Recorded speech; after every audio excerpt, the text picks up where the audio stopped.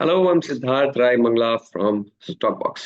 जो लोग ऑप्शंस के अंदर काफी काम करते हैं उनमें से बहुत सारे लोग अक्सर एक सवाल पूछा करते हैं कि एक कॉल को सेल करने में और एक पुट ऑप्शन को बाय करने में एक्चुअली डिफरेंस क्या है। जब दोनों को ही मार्केट गिरने पर फायदा होना है, या फिर दूसरे एंगल से इसको अगर दूसरे तरह से इसी सवाल को पूछे तो एक पुट को सेल करने में और एक कॉल ऑप्शन को बाय करने में डिफरेंस क्या है।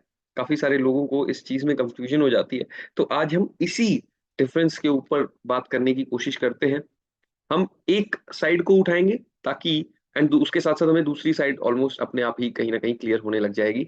सो हम देखते हैं कि एक पुट ऑप्शन को बाय करने में और एक कॉल ऑप्शन को सेल करने में क्या डिफरेंसेस हैं, किस वजह से ये दो अलग अलग तरह की पोजीशंस हैं, और एग्जैक्टली कुछ एक फीचर्स सेम होने के बावजूद इन्हें कंप्लीटली अलग अलग सेंस में देखा जाना चाहिए। तो यहाँ पर देखिए, यहाँ पर हम पुट बाय को लिख लेते हैं और यहाँ पर हम कॉल सेलिंग को लिख लेते हैं। हम कुछ एक अलग अलग क्राइटेरियाज के बेसिस पर इनको डिफरेंशिएट करने की कोशिश करते हैं। सबसे पहला है मार्जिन। पुट ऑप्शन को बाय करने के लिए हम मार्जिन पे नहीं करते हैं, नो अपफ्रंट मार्जिन, वी पे अ प्रीमियम हेयर। यहाँ पर हम एक प्रीमियम पे करते हैं, एक छोटा सा प्रीमियम पे करते हैं और उसके साथ हम एक पुट ऑप्शन को बाय कर सकते हैं।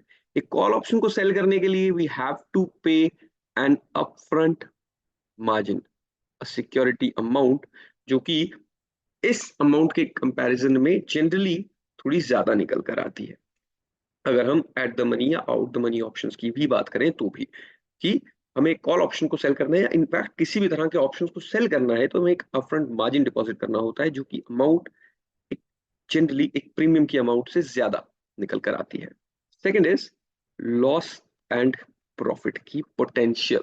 एक पुट को जब हम बाय करते हैं तो देर इज थियोरेटिकली इसकी प्रॉफिट की potential is up to the price of stock.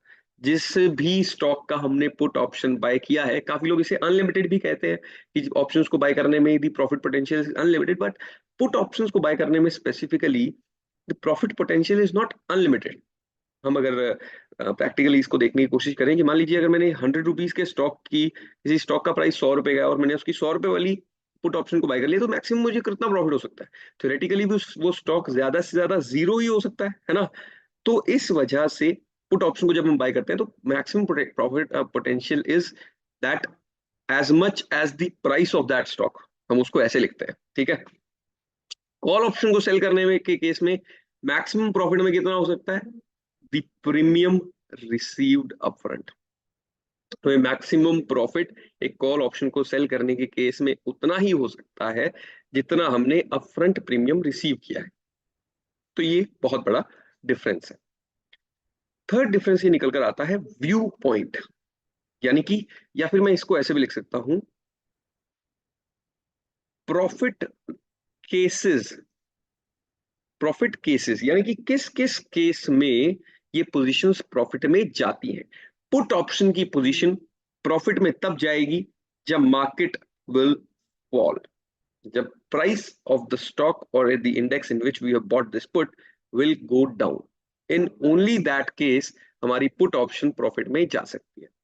जबकि ये एक इंपॉर्टेंट डिफरेंस है, अगर हम एक कॉल ऑप्शन को सेल करते हैं तो यहां पर दो केसेस हैं जहां पर हम प्रॉफिट में जा सकते हैं। If there is no move at all, and second if there is a fall in prices.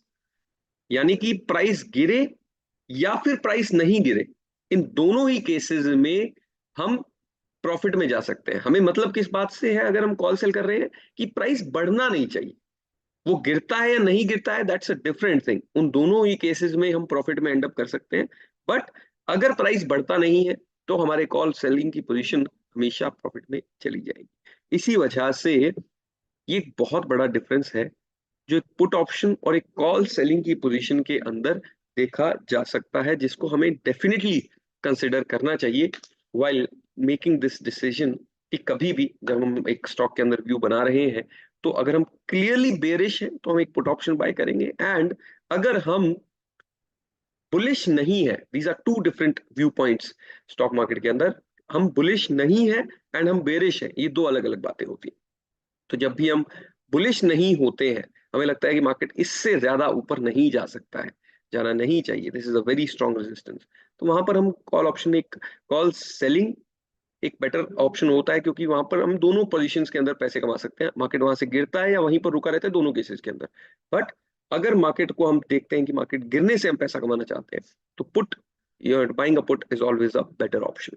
हाँ, call selling is not, definitely not for everybody, in fact option selling is not for everybody, क्योंकि margin involve होते हैं, loss की potential थोड़ी ज्यादा होती है।